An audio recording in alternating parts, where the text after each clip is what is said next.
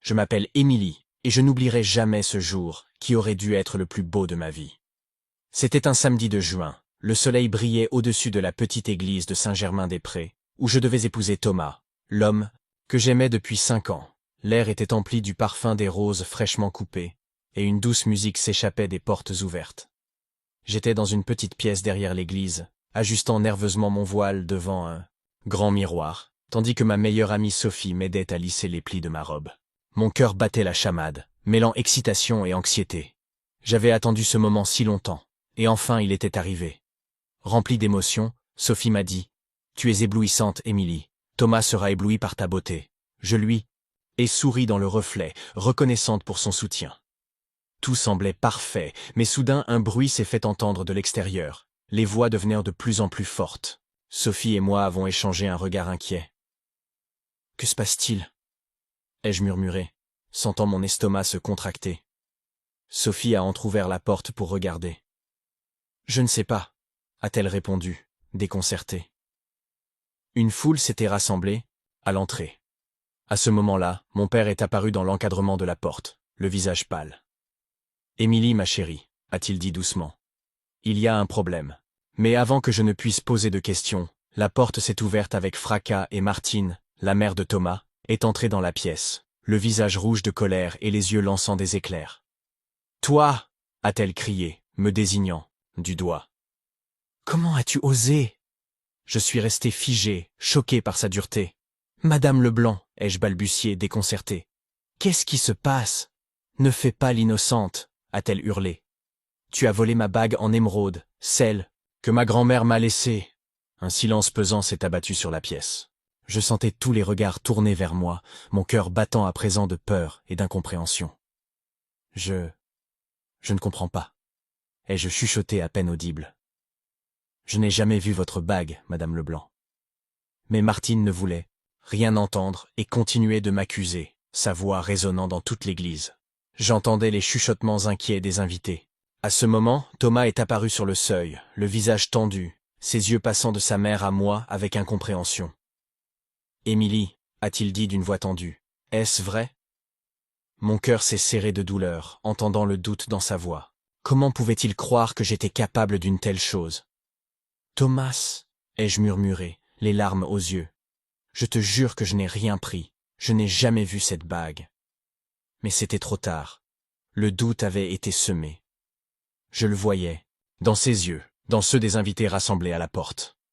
Les minutes suivantes se sont transformées en un tourbillon de douleur et de chaos. Les accusations de Martine devenaient de plus en plus dures, et Thomas restait silencieux, son regard oscillant entre sa mère et moi, ne sachant pas de quel côté se ranger. Je me sentais acculé.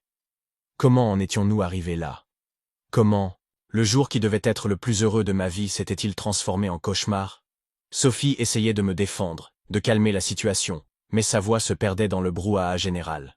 Mon père est resté à mes côtés, sa main serrant fermement mon épaule comme pour me protéger.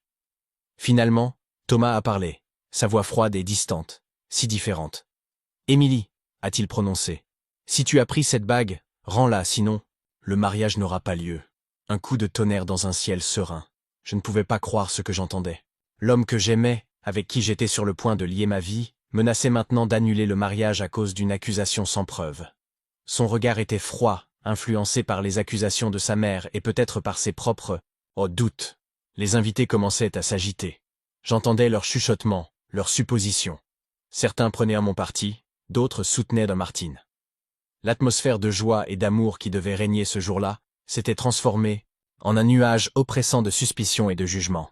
Comment convaincre Thomas, l'homme que j'aimais plus que tout au monde, que je n'avais rien fait?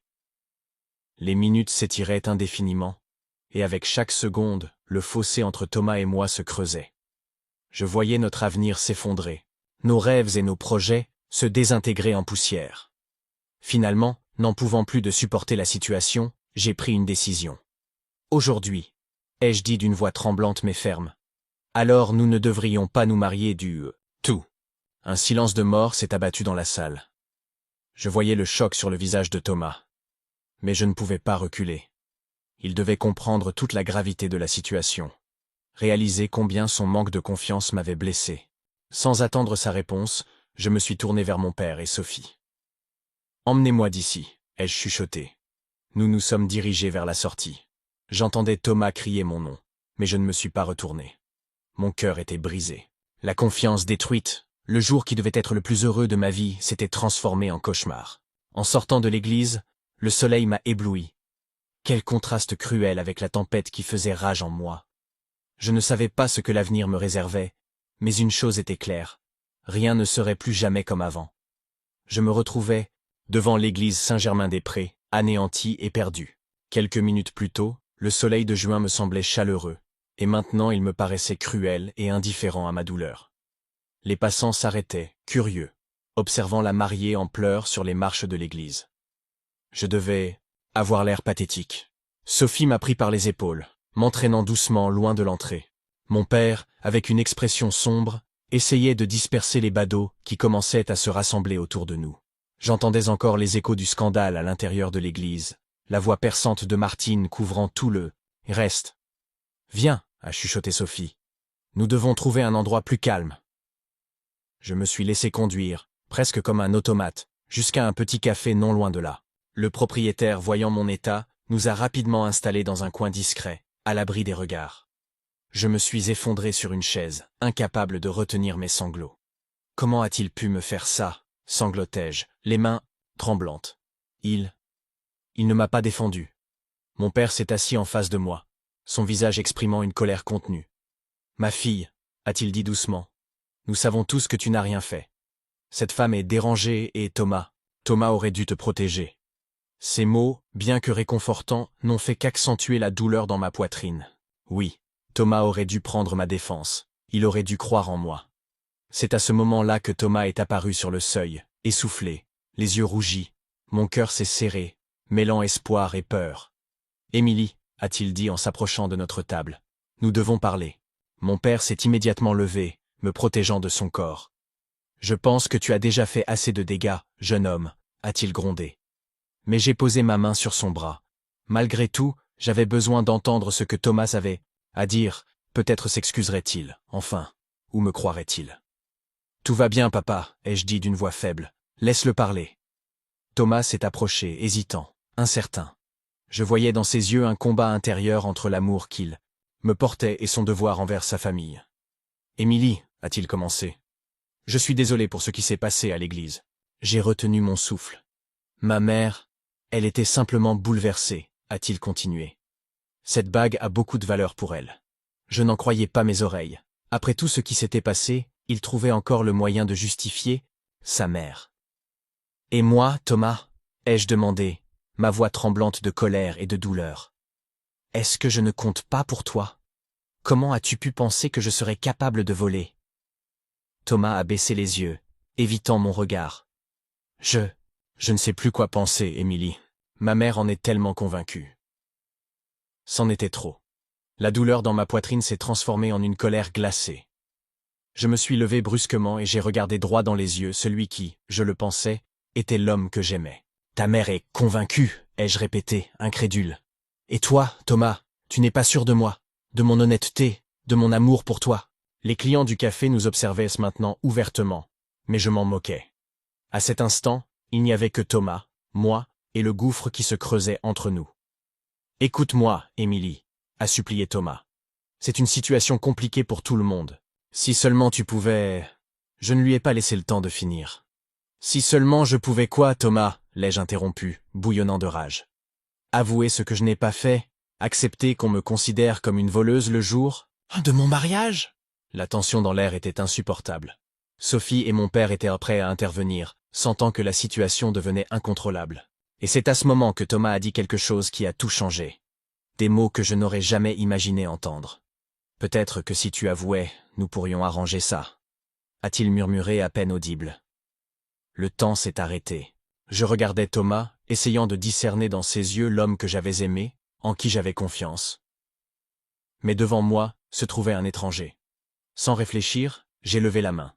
Le bruit sec de la gifle a résonné dans le café, faisant sursauter les clients. Thomas a reculé, abasourdi, sa joue en feu. « Comment oses-tu » ai-je crié, les larmes coulant à nouveau sur mon visage. « Comment oses-tu me demander d'avouer ce que je n'ai pas fait ?» Un silence écrasant s'est installé.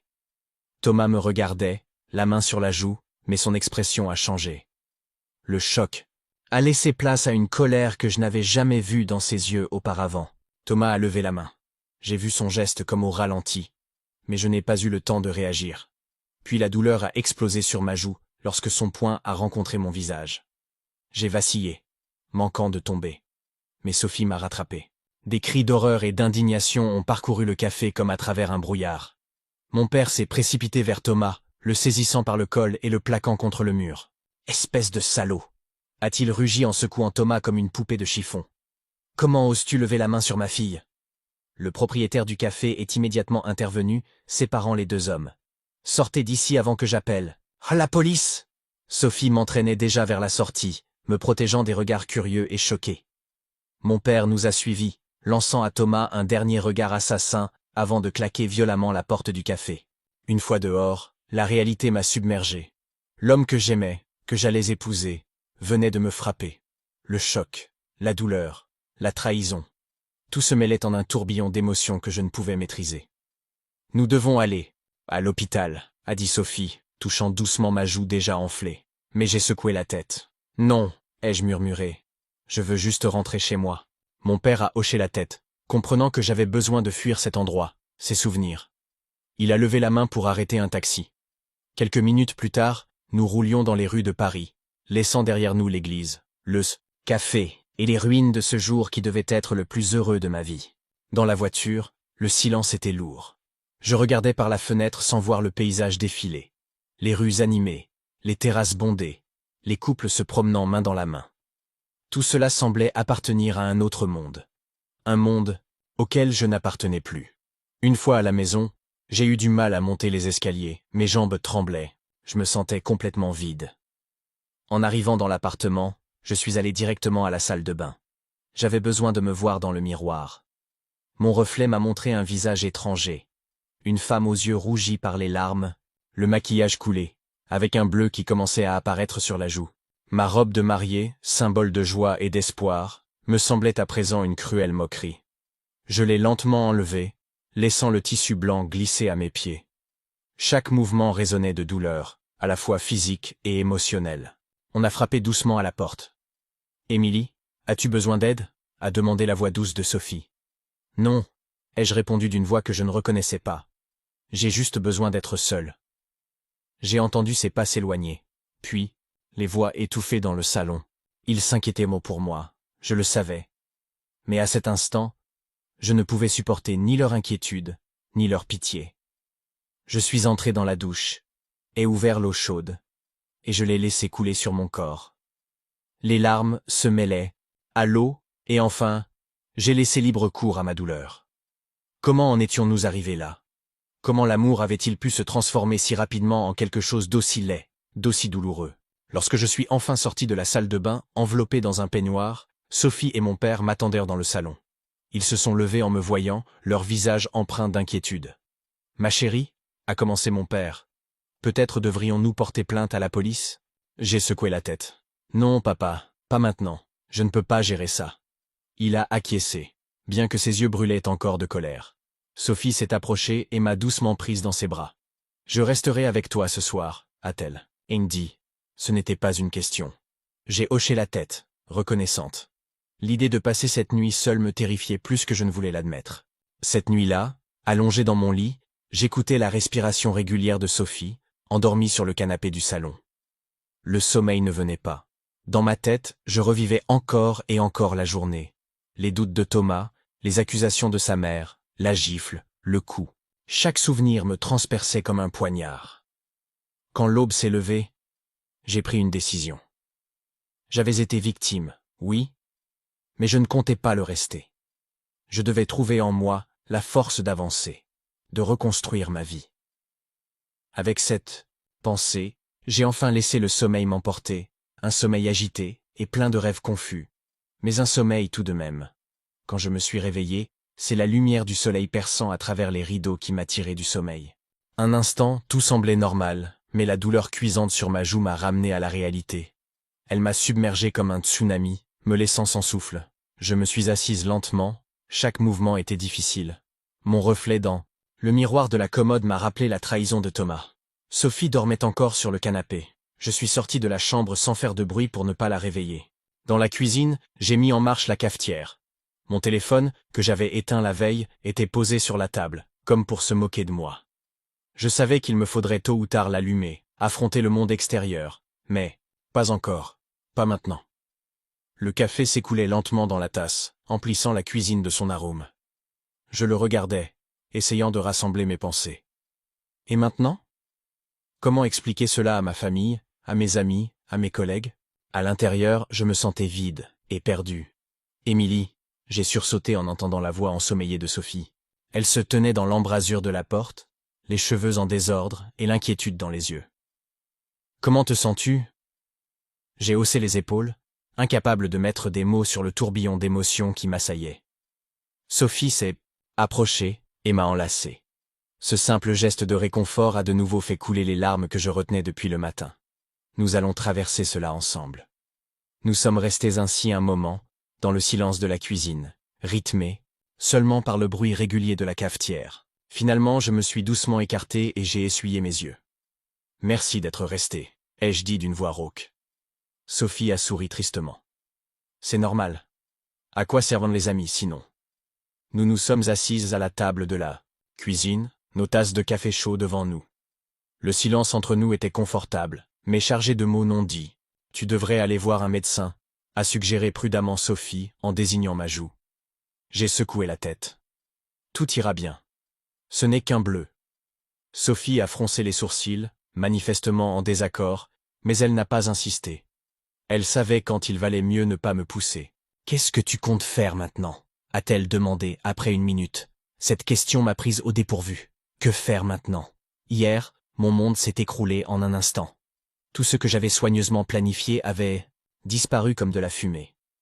Je ne sais pas, ai-je avoué.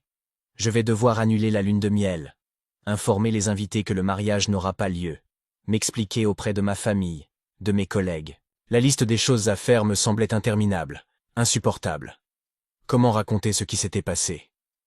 La vérité était trop cruelle, trop humiliante. « Tu n'es pas obligé de tout faire d'un coup », a dit Sophie en posant sa main sur la mienne. « Prends le temps dont tu as besoin. » J'ai hoché la tête, reconnaissante pour sa compréhension, mais je savais que je ne pourrais pas repousser l'inévitable indéfiniment. En soupirant, j'ai tendu la main vers mon téléphone. Il était temps d'affronter la réalité. Dès que je l'ai allumé, l'écran s'est rempli de notifications. Appels manqués, messages, courriels, la plupart de ma famille et de mes amis, inquiets de mon silence. Mais parmi eux se trouvaient aussi des messages de Thomas. J'ai figé en voyant son nom. Devais-je les lire? Que pouvait-il dire après tout ce qu'il avait fait? Je n'avais pas encore pris de décision lorsque le téléphone s'est mis à sonner. Le nom de ma mère s'est affiché à l'écran. J'ai pris une profonde inspiration et ai répondu. « Allô, maman? Émilie? Mon Dieu, enfin !» Sa voix était paniquée. « Nous nous faisons un sang d'encre. Que s'est-il passé? Où es-tu » Ces questions se sont abattues sur moi comme une avalanche. J'ai fermé les yeux, rassemblant mes forces. « Je suis à la maison, maman, » ai-je dit doucement. « Je vais bien. » Enfin, le mariage est annulé. Un silence s'est installé à l'autre bout du fil, suivi d'une hésitation. « Annulé? Mais pourquoi? Que s'est-il passé, ma chérie ?» J'ai jeté un coup d'œil à Sophie, qui m'a encouragé du regard. En prenant une profonde inspiration, j'ai commencé à raconter comment la mère de Thomas m'avait accusé, ses doutes, la dispute au café. Et quand je suis arrivé au moment où Thomas m'a frappé, ma voix s'est brisée. J'ai entendu un souffle coupé à l'autre bout du fil. « Oh, ma chérie !» a murmuré ma mère, sa voix tremblante d'émotion. « J'arrive tout de suite !» J'ai tenté de protester, mais elle ne m'a pas laissé le temps. 1 heure plus tard, elle était déjà à ma porte, portant plusieurs sacs. « Je me suis dit que tu n'aurais peut-être pas envie de sortir, » a-t-elle expliqué en les posant sur la table de la cuisine. Son regard s'est attardé sur ma joue, et j'ai vu des larmes briller dans ses yeux. Sans un mot, elle s'est approchée et m'a serré contre elle, comme lorsqu'elle me réconfortait enfant. La journée est passée comme dans un brouillard, entre appels et visites. Mon père est arrivé peu après, son regard mélangeant colère et inquiétude. Mes frères ont appelé, proposant de s'occuper de Thomas. J'ai refusé, bien qu'une petite voix en moi ait trouvé l'idée tentante. Sophie est restée à mes côtés, répondant aux appels, recevant les visiteurs, s'assurant que je mange et que je me repose un peu. Elle était l'ancre à laquelle je m'accrochais, tandis que mes émotions me déchiraient. Le soir venu, alors que je commençais à me perdre dans le tourbillon des événements, mon téléphone a de nouveau sonné. Le nom de Thomas s'est affiché à l'écran. Un silence tendu s'est installé dans la pièce. Ma mère, mon père, Sophie. Tous me regardaient, attendant ma réaction. Je fixais l'écran, sentant mon cœur battre à tout rompre. « Tu n'es pas obligé de répondre », a dit doucement mon père. Mais je savais que je devais le faire. Si je voulais avancer, il me fallait passer par cette conversation. Les mains tremblantes, j'ai appuyé sur la touche pour répondre. « Allô ?» La voix de Thomas était rauque, comme s'il avait longtemps pleuré. « Émilie, je suis tellement désolé. Je ne sais pas ce qui m'a pris. »« Stop !» l'ai-je interrompu, étonné par la fermeté de ma propre voix. « Tu ne peux pas simplement t'excuser et effacer ce que tu as fait, Thomas. » Un silence a suivi, puis d'une voix basse et brisée, il a dit. « Je sais, j'ai tout gâché. Mais j'ai besoin de te voir. » Mon cœur s'est serré. Que pouvait-il dire? Une partie de moi voulait simplement raccrocher, mettre fin à tout cela, une fois pour toutes. J'ai fermé les yeux, pesant le pour et le contre. Finalement, la curiosité l'a emporté. D'accord, ai-je cédé. Mais pas aujourd'hui, et pas en tête-à-tête. Nous avons convenu de nous rencontrer le lendemain dans un café près de chez moi. Sophie a insisté pour m'accompagner, et j'ai accepté avec gratitude. Quand j'ai raccroché, mes parents et Sophie me regardaient avec une inquiétude mêlée de soutien. « Es-tu sûr de vouloir le revoir ?» a demandé ma mère, la voix chargée d'inquiétude. J'ai hoché la tête. J'ai besoin de comprendre. J'ai besoin de savoir pourquoi tout cela est arrivé. Cette nuit-là, je suis resté allongé, fixant le plafond, incapable de dormir. Que pouvait bien me dire Thomas? Comment pourrait-il expliquer ce qui s'était passé? Quand l'aube a commencé à poindre, je me suis levé, consciente que le sommeil ne viendrait pas. Je me suis préparé un café et je suis sorti sur le balcon, observant Paris s'éveiller lentement. Quel que soit ce jour, je savais une chose. Rien ne serait plus jamais comme avant. Peut-être pourrais-je enfin obtenir des réponses qui m'aideraient à commencer à guérir. Le jour de notre rencontre avec Thomas était gris et sombre, comme si le ciel parisien reflétait mon état d'esprit, lourd d'angoisse et de questions sans réponse. Je m'habillais machinalement, choisissant des vêtements simples et confortables, si différents de la robe de mariée que j'aurais dû porter ce jour-là, lors de notre lune de miel. Sophie est arrivée tôt, son visage exprimant inquiétude et détermination. « Es-tu sûre de vouloir faire cela ?» a-t-elle demandé pour la énième fois. J'ai hoché la tête. Trop d'émotions se mêlaient en moi pour être exprimées par des mots. Peur, colère, curiosité, et peut-être même une infime parcelle d'amour. Nous nous sommes rendus au Café des Artistes, un petit établissement, tranquille où Thomas et moi avions souvent l'habitude d'aller ensemble. Le choix de cet endroit m'a soudain semblé cruel. Chaque recoin était empli de souvenirs heureux, qui maintenant contrastent douloureusement. « Émilie » a-t-il dit doucement, en arrivant, posant son regard sur ma joue où subsistait encore la trace de son cou. Dans ses yeux se lisaient la culpabilité et la honte. « Thomas » ai-je répondu froidement en m'asseyant à la table, sans penser à lui tendre la main. Sophie s'est installée à mes côtés, sa présence me donnant du courage. Un silence lourd s'est installé entre nous. Un serveur est venu prendre nos commandes, offrant une courte pause avant la conversation inévitable.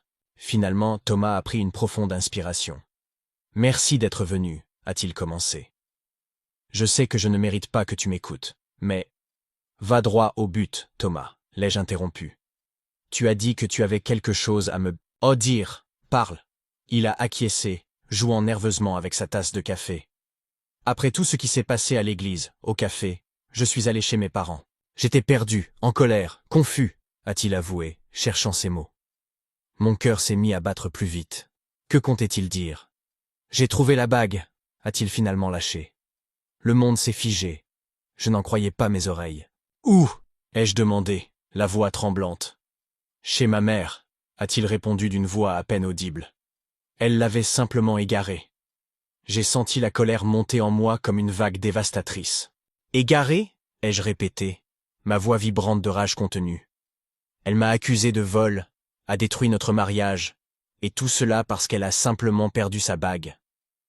Thomas a baissé les yeux, incapable de me regarder. Je devais te croire. Je devais… a-t-il tenté de s'expliquer. Oui, tu devais, ai-je éclaté, attirant l'attention des autres clients du café. Mais à ce moment-là, je m'en moquais. Tu aurais dû me faire confiance, me protéger. À la place, Je me suis arrêté, incapable de trouver les mots. Les souvenirs de la gifle, du coup, la douleur et l'humiliation ont refait surface avec une intensité renouvelée. Sophie a posé une main apaisante sur mon bras. « Calme-toi », a-t-elle murmuré. Puis, se tournant vers Thomas, elle a demandé. « Et que dit ta mère maintenant que tu as trouvé la bague ?» Le visage de Thomas s'est déformé de honte. Elle refuse d'admettre son erreur. Elle a dit qu'elle l'avait probablement posée là et oubliée, mais qu'Émilie aurait tout de même pu la prendre et la remettre ensuite. Je n'en croyais pas mes oreilles. Même face à des preuves évidentes, cette femme refusait de reconnaître sa faute. « Et toi, tu l'as cru ?» ai-je demandé, abasourdi. Thomas a secoué la tête vigoureusement. « Non, bien sûr que non », a-t-il répondu avec véhémence. Nous nous sommes violemment disputés. Je lui ai dit que son comportement était inacceptable, qu'elle avait ruiné notre mariage, notre bonheur. Il s'est arrêté un instant, passant une main tremblante dans ses cheveux. Je suis parti de chez eux et depuis, nous ne nous parlons plus. Un silence pesant s'est installé. Je fixais ma tasse de café, essayant de digérer tout ce que je venais d'entendre. Une partie de moi ressentait un soulagement. La vérité était enfin révélée, mon innocence prouvée. Mais une autre, plus grande, restait profondément blessée et en colère. « Pourquoi ?» ai-je finalement demandé d'une voix à peine audible. « Pourquoi ne m'as-tu pas cru tout de suite ?» Thomas a levé vers moi un regard empli de remords. « J'aimerais pouvoir te donner une bonne réponse, Émilie, » a-t-il dit doucement. La vérité, c'est que j'ai été lâche. J'ai toujours eu peur de m'opposer à ma mère, tu le sais. Et ce jour-là, quand elle t'a accusé, j'ai paniqué. J'aurais dû croire en nous, me souvenir de tout ce que nous avons traversé ensemble. Mais j'ai laissé la peur et les doutes l'emporter. Ces mots résonnaient en moi. Combien de fois l'avais-je encouragée à être plus ferme avec elle? Combien de fois l'avais-je vue céder à ses caprices familiaux? Mais cela n'excuse rien, a poursuivi Thomas, interrompant mes pensées. Rien ne justifie ce que j'ai fait. Il a dégluti, et dans ses yeux a brillé quelque chose de douloureux. Rien ne justifie que j'ai levé la main sur toi. C'est impardonnable, et je ne me le pardonnerai jamais. J'ai senti les larmes monter à mes yeux. Tu as raison, ai-je chuchoté. C'est impardonnable. Je sais, je ne te demande pas de me pardonner, Émilie. Je voulais juste que tu connaisses la vérité. Tu mérites au moins cela. Nous avons de nouveau plongé dans le silence, chacun perdu dans ses pensées. Le café continuait de vivre sa vie. Les conversations, le tintement des tasses, le grincement des chaises, tout cela formait le fond sonore de notre drame personnel. « Que comptes-tu faire maintenant ?» a demandé Sophie, rompant le silence. Thomas a haussé les épaules. « Je ne sais pas. J'ai pris un congé au travail. Je pense que j'ai besoin de temps pour comprendre ce que je suis devenu. Peut-être devrais-je voir un thérapeute. » Il m'a regardé. « Je ne veux plus jamais être celui qui lève la main sur la femme qu'il aime. » Ces mots m'ont touché plus, profondément que je ne l'aurais cru. Malgré tout ce qui s'était passé, une petite partie de moi a ressenti un soulagement en réalisant qu'il prenait conscience de la gravité de ses actes. « Et toi, Émilie ?» a-t-il demandé doucement. « Que vas-tu faire ?» J'ai pris une grande inspiration. Je me suis rendu compte que ces derniers jours, je n'avais pas vraiment réfléchi à cela. Tout n'avait été qu'un tourbillon d'émotions et de décisions impulsives. « Je ne sais pas, ai-je avoué honnêtement. Je pense qu'il va falloir annuler officiellement le mariage, prévenir les invités et le travail. Je ne sais même pas comment expliquer tout ça. Je peux t'aider, a proposé Thomas. Pour les préparatifs du mariage, je veux dire. » J'ai hésité, réfléchissant à ses paroles, puis j'ai lentement hoché la tête. « D'accord, mais je préfère que Sophie s'occupe de tout, ai-je dit. Je ne suis pas prête à avoir plus de contact avec toi. » Thomas a acquiescé, acceptant mes mots. « Bien sûr, je comprends. » Alors que notre rencontre touchait à sa fin, je ressentais un étrange vide. La vérité aurait dû m'apporter un soulagement, un sentiment de justice, mais, au lieu de cela, je ne ressentais que de la fatigue. De la fatigue et de la tristesse pour tout ce qui avait été perdu. Nous nous sommes levés de table. L'atmosphère restait lourde, chargée de non-dits. En regardant Thomas, je ressentais une faible ombre de pitié. « Adieu Thomas », ai-je simplement dit avant de me retourner et de partir. Sophie m'a suivi alors que nous quittions le café. laissant derrière nous non seulement Thomas, mais aussi les restes brisés de notre avenir. Pendant que nous marchions dans les rues de Paris, j'ai senti comme un poids se lever de mes épaules. La vérité était enfin révélée, mais le chemin vers la guérison serait long. Les rêves brisés, la confiance trahie, la douleur physique et émotionnelle, tout cela nécessiterait du temps pour cicatriser. Cependant, pour la première fois depuis ce jour funeste à l'église, j'ai entrevu un espoir. Peut-être qu'un jour, je pourrais regarder en arrière et voir cela non pas comme la fin de tout, mais comme le début d'un nouveau chapitre de ma vie. Les jours après ma rencontre avec Thomas ont été remplis de réflexion et d'introspection. La découverte de la vérité sur la bague m'avait apporté un certain soulagement, mais m'avait aussi poussé à penser à l'avenir. Chaque matin, je me réveillais avec un sentiment de vide, comme si j'étais coincé entre ma vie passée et une nouvelle que je ne pouvais encore imaginer. Sophie, comme elle l'avait promis, a pris en charge toutes les démarches pour annuler le mariage. Elle téléphonait aux invités, arrangeait les détails avec le traiteur et le fleuriste, me dispensant de la nécessité de répéter encore et encore pourquoi la cérémonie n'aurait pas lieu. Je lui étais infiniment reconnaissante. Chaque jour, lorsqu'elle m'informait d'une nouvelle tâche accomplie, je me sentais un peu plus légère. Un matin, alors que je sirotais un café sur le balcon, observant la ville s'éveiller, mon téléphone a vibré, un message de Thomas. J'ai commencé une thérapie. Je sais que cela ne change rien à ce que j'ai fait, mais je voulais que tu le saches. Prends soin de toi, Émilie. Je suis resté longtemps à fixer l'écran, ne sachant pas comment réagir. Une partie de moi ressentait un soulagement qui laissait de comprendre ses problèmes, mais une autre partie restait méfiante. Était-ce simplement une tentative de récupérer ma bienveillance? Cependant, ce message m'a poussé à réfléchir à mon propre avenir. Jusqu'à présent, j'avais vécu en mode survie, résolvant les problèmes au fur et à mesure qu'ils se présentaient, mais il était temps de prendre des décisions. J'ai pris quelques jours de congé pour tout réfléchir. Mon patron a compris la situation. « Prends tout le temps qu'il te faut, Émilie », m'a-t-il dit. « Ton poste t'attendra. » Le premier jour, je suis allé au jardin du Luxembourg. Thomas et moi aimions nous y promener, rêvant de notre avenir. Ce jour-là, je suis venu seul, avec un carnet à la main, décidé à mettre de l'ordre dans mes pensées. Assise sur un banc face à la grande fontaine, j'ai commencé à écrire mes sentiments, mes peurs, mes espoirs. Les mots coulaient, sans arrêt, et je réalisais à quel point j'avais besoin de ce moment, de ce catharsis personnel. Une chose était sûre, je ne pouvais pas revenir en arrière. Même si Thomas changeait, même si la thérapie l'aidait, la confiance était irrémédiablement brisée. La trace de son coup sur ma joue avait presque disparu, mais il avait laissé une empreinte bien plus profonde dans mon âme. Le deuxième jour, j'ai déjeuné avec ma mère. Nous nous sommes installés sur la terrasse d'un petit bistrot, profitant du soleil printanier. « Comment vas-tu vraiment » m'a-t-elle demandé en scrutant mon visage. J'ai pris une grande respiration. « Je crois que ça va mieux. Je commence à voir les choses plus clairement. » Elle a hoché la tête, attentive.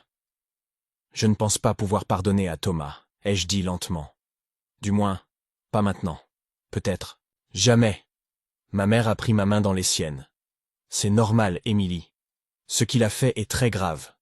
Tu n'es pas obligé de lui pardonner. Ces mots m'ont apaisé plus que je ne l'aurais cru, m'accordant une sorte de permission de ne pas pardonner, de ne pas essayer de sauver la relation à tout prix. C'était libérateur. La veille, alors que je feuilletais distraitement un magazine de voyage, l'image d'une plage immaculée aux Seychelles m'avait fait réfléchir à une évasion. Ma mère a souri. Je pense que c'est une excellente idée. Tu as besoin de te retrouver, de te reconstruire, loin de tout cela. Le troisième jour après ma rencontre avec Thomas, j'ai rejoint Sophie dans notre café préféré. Je lui ai parlé de mes réflexions, de mon désir de partir. « Je suis fier de toi, Émilie », a-t-elle dit en me serrant dans ses bras. « Prends soin de toi. C'est le plus important maintenant. » Nous avons passé la journée à explorer les destinations possibles, rêvant de voyages et de nouveaux horizons. Pour la première fois depuis longtemps, je me suis surprise à rire, à envisager l'avenir avec enthousiasme. Le lendemain, j'ai pris une décision dans le bureau de mon patron. J'ai pris une grande inspiration et lui ai dit « J'aimerais prendre un congé sabbatique. J'ai besoin de temps pour voyager, repenser les choses. » Il m'a écouté attentivement et a hoché la tête avec compréhension. « Je pense que c'est une sage décision, Émilie. Combien de temps comptes-tu partir ?»« 6 mois, ai-je répondu, moi-même surprise par ma détermination. « Tu es une employée précieuse, Émilie. Prends tout le temps qu'il te faut. Ton poste t'attendra. » Le soulagement et la gratitude m'ont submergé. Cette conversation a été le premier véritable pas vers ma nouvelle vie. Les jours suivants ont filé dans un tourbillon de préparatifs. J'ai finalement choisi les Seychelles comme première étape de mon voyage, en me disant que je pourrais ensuite explorer d'autres endroits. L'idée de partir me donnait l'impression de revivre. Une semaine après ma rencontre avec Thomas, je l'ai revu, à ma demande cette fois. Nous nous sommes retrouvés dans un parc, sur un terrain neutre. « Je pars », ai-je annoncé sans préambule. J'ai pris un congé de 6 mois. Thomas m'a regardé, et dans ses yeux j'ai discerné de la tristesse, mais aussi de la compréhension. « Je comprends », a-t-il dit doucement. « Tu en as besoin. » J'ai hoché la tête. Oui, j'ai besoin de temps pour guérir. Un silence rempli de non-dits s'est installé entre nous. Pourras-tu me pardonner? J'ai regardé celui que j'avais autrefois aimé, que je pensais connaître. Mais à présent, je ne ressentais qu'une étrange tranquillité. Peut-être un jour, ai-je répondu lentement, mais pas maintenant. Pour l'instant, je dois penser à moi. Nous nous sommes quittés sur ces mots, tournant définitivement la page de notre histoire commune. Le jour de mon départ est arrivé plus vite que je ne l'avais imaginé. À la gare, prête à monter dans le train pour l'aéroport, j'étais entouré de ma famille et de Sophie. Les adieux ont été émouvants, mais pleins d'espoir et d'excitation. « Prends soin de toi, ma chérie », a dit ma mère en me serrant fort. « Profite de ce temps, mais n'oublie pas de nous appeler », a ajouté mon père, le sourire aux lèvres. « Je vais m'ennuyer de toi », a chuchoté Sophie, « mais je suis si fière de toi. » Lorsque je suis monté dans le train, sac sur l'épaule, j'ai soudain ressenti une incroyable liberté. Pour la première fois depuis des semaines, l'avenir était incertain, mais il m'appartenait désormais. J'avais fait mon choix, me concentrer sur moi-même, sur ma guérison, sur ma croissance personnelle. Le train quittait la gare, et je regardais par la fenêtre, observant Paris disparaître peu à peu. Une partie de moi ressentait de la tristesse, à laisser derrière moi tant de souvenirs, bons et mauvais, mais une autre, plus forte, était emplie d'espoir et d'anticipation. Je ne savais pas ce que ces 6 mois me réserveraient, ni qui je serais à mon retour. Mais je savais une chose. J'avais pris la bonne décision. Ce voyage était mon premier pas vers une nouvelle version de moi-même. Plus forte, plus sage, prête à embrasser la vie dans toute sa complexité. Tandis que le paysage défilait derrière la vitre, j'ai sorti mon carnet et j'ai commencé à écrire. Non pas sur le passé cette fois-ci, mais sur l'avenir. Sur mes rêves, mes objectifs, à atteindre, la vie que je souhaitais construire. Pour la première fois depuis longtemps, je me sentais vraiment libre. J'étais maîtresse de mon destin, et mon chemin ne faisait que commencer. 1 mois s'est écoulé depuis que j'ai quitté Paris. 1 mois au cours duquel j'ai laissé derrière moi une vie qui m'apparaît désormais appartenir à quelqu'un d'autre. Chaque matin, en ouvrant les yeux dans ce coin de paradis, je me sens légèrement plus légère, un peu plus moi-même. Les premiers jours ont été difficiles. Malgré la beauté éblouissante de l'île, je me sentais perdu, désorienté. Le décalage horaire n'était qu'un prétexte pour masquer le véritable gouffre entre la vie que j'avais imaginée et celle dans laquelle je me trouvais. Mais peu à peu, j'ai commencé à m'ouvrir à cette nouvelle réalité. Je passais mes journées à explorer l'île, à me perdre dans ses forêts denses, à me baigner dans les eaux cristallines de l'océan. Et le soir, je m'asseyais sur la plage, observant le soleil se coucher dans l'océan Indien, emportant avec lui un peu plus de ma douleur. Au cours d'une de ces soirées, j'ai fait la connaissance de Luc, un photographe français qui voyageait à travers le monde depuis des années. Nous avons commencé à discuter, partageant nos impressions, nos histoires de vie. Sans m'en rendre compte, j'ai commencé à lui raconter mon histoire, celle du mariage qui n'a jamais eu lieu, de la trahison, de la violence. Luc m'écoutait sans jugement, offrant simplement une oreille attentive et une épaule sur laquelle pleurer. Ce soir-là, pour la première fois depuis longtemps, j'ai senti le poids se lever de mes épaules. Parler avec un inconnu qui ne connaissait rien de ma vie à Paris m'a permis de me libérer d'un fardeau que je portais depuis trop longtemps. Les jours suivants, Luc et moi avons continué à nous rencontrer. Il m'a initié à la photographie, m'apprenant à capturer la beauté de l'île à travers l'objectif de mon appareil photo. J'ai découvert une nouvelle passion, un moyen d'exprimer mes émotions sans mots. Un soir, en triant nos photos, Luc m'a regardé avec un sourire énigmatique. « Tu sais, Émilie, m'a-t-il dit, je pense que tu devrais prolonger ton séjour. » J'ai ri, pensant qu'il plaisantait, mais son regard restait sérieux. Je ne plaisante pas, a-t-il continué. J'ai un ami qui gère un centre de plongée en Thaïlande. Il cherche quelqu'un pour l'aider avec l'administration et la communication. Ce pourrait être une opportunité formidable pour toi. Au début, l'idée m'a semblé folle. Moi, en Thaïlande, travaillant dans un centre de plongée, c'était si éloigné de ma vie précédente à Paris, de mon travail dans la finance. Mais plus j'y réfléchissais, plus l'idée m'apparaissait comme une chance incroyable de me réinventer, loin de tout ce qui me rappelait le passé. Après quelques jours de réflexion et de longues conversations avec Sophie via Skype, j'ai pris ma décision. Je le ferai. Je prolongerai mon congé sabbatique et partirai en Thaïlande. Le jour de mon départ des Seychelles a été à la fois triste et excitant. J'ai dit au revoir à Luc, le remerciant pour son amitié et pour m'avoir aidé à voir de nouvelles opportunités. Il m'a fait promettre d'envoyer des photos de mes aventures en Thaïlande. Mon arrivée à Bangkok a été un véritable choc culturel. Les arômes épicés, le bruit incessant, la chaleur humide, tout était si différent, si inhabituel. Mais d'une manière étrange, je me sentais à ma place dans ce chaos organisé.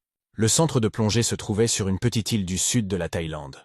Dès mon arrivée, j'ai été accueilli par Marc, l'ami de Luc, un Français vivant ici depuis plus de 10 ans. Son énergie était contagieuse. Les premières semaines ont été intenses. J'apprenais les bases de la plongée, tout en m'occupant des tâches administratives du centre. C'était un travail difficile, mais incroyablement enrichissant. Chaque soir, je m'endormais au son des vagues, fatiguée mais satisfaite. Peu à peu, je trouvais ma place ici. Un jour, alors que je travaillais sur le site web du centre, Marc est venu vers moi avec un sourire enthousiaste. « Tes photos sont incroyables », m'a-t-il dit. « Et si nous les utilisions pour la nouvelle brochure du centre ?» J'étais surprise et touchée. Les leçons de Luc n'avaient pas été vaines, mais je n'aurais jamais imaginé que mes clichés puissent être utilisés de manière professionnelle. C'était le début d'une nouvelle aventure. Outre mon travail administratif, j'ai commencé à documenter la vie du centre de plongée. Je photographiais les plongeurs, les poissons colorés, les récifs coralliens. Chaque cliché me rappelait à quel point la vie pouvait être belle et inattendue. Les mois passaient, et je me rendais compte que je n'avais plus envie de retourner à Paris. Ma vie ici, simple mais riche, me comblait d'une manière que je n'aurais jamais pu imaginer. Un soir, assise sur la plage à observer le coucher de soleil, j'ai pris mon téléphone et composé le numéro de mon ancien patron à Paris. « Allô Jean-Pierre » ai-je dit lorsqu'il a répondu. « Émilie, quel plaisir de t'entendre. Comment se passe ton voyage ?» J'ai pris une grande inspiration. C'est justement de cela que je voulais te parler. Je pense que je ne reviendrai pas à Paris. Un silence s'est installé à l'autre bout du fil. « Je comprends », a-t-il finalement prononcé. « Es-tu sûr ?» « Oui », ai-je répondu, surprise par ma propre assurance. « J'ai trouvé ici ce qui me convient. Je sais que c'est inattendu, mais... » « Émilie » m'a-t-il interrompu doucement. « Tu n'as pas besoin de te justifier. Je suis heureux pour toi. Tu mérites ce bonheur. » Ces mots m'ont profondément touché. Après cet appel, je suis resté longtemps à contempler l'océan, réfléchissant au chemin qui m'avait conduite ici. Le lendemain, j'ai appelé ma famille et Sophie pour leur annoncer ma décision. Ils ont été surpris, bien sûr, mais ont accueilli mon choix avec compréhension et soutien. « Tu as l'air heureuse, ma chérie », a dit ma mère, « et c'est tout ce qui compte pour nous. » Sophie, fidèle à elle-même, ne pouvait pas s'empêcher de plaisanter. « Tu ne penses tout de même pas que je vais te laisser vivre ce rêve toute seule ?» a-t-elle lancé avec humour. Les semaines suivantes ont été pleines de changements. J'ai trouvé un petit bungalow près de la plage, commencé à apprendre le thaï, et je me suis encore plus investi dans le travail au centre de plongée. Un soir, en triant des photos, je suis tombé sur un vieux cliché de Thomas et moi, ensemble. Je m'attendais à ressentir de la douleur, mais à ma grande surprise, je n'ai éprouvé qu'une légère mélancolie, presque de la gratitude. Sans cette expérience douloureuse, je n'aurais jamais osé tout quitter et me redécouvrir vraiment. J'ai pris mon carnet, comme je le faisais chaque soir depuis mon départ de Paris, et j'ai commencé à écrire. Mais cette fois-ci, pas sur le passé. Je me suis concentré sur l'avenir, sur mes projets de développement photographique, sur mon désir d'explorer d'autres îles de la région, sur la paix intérieure que j'avais trouvée ici. En refermant mon carnet, j'ai réalisé que pour la première fois depuis longtemps, j'étais vraiment heureuse. Pas de manière éclatante et bruyante, mais profondément et calmement. Le chemin avait été long et ardu, mais j'avais finalement trouvé ma place. Sur cette petite île thaïlandaise, je n'avais pas seulement découvert un nouveau départ, mais une nouvelle version de moi-même, plus forte, plus sage, prête à embrasser la vie dans toute sa complexité. En m'endormant cette nuit-là, Bercé par le bruit des vagues, je souriais. Demain serait un nouveau jour, plein de nouvelles aventures, de nouveaux défis, et j'étais prête à les affronter, cliché par cliché.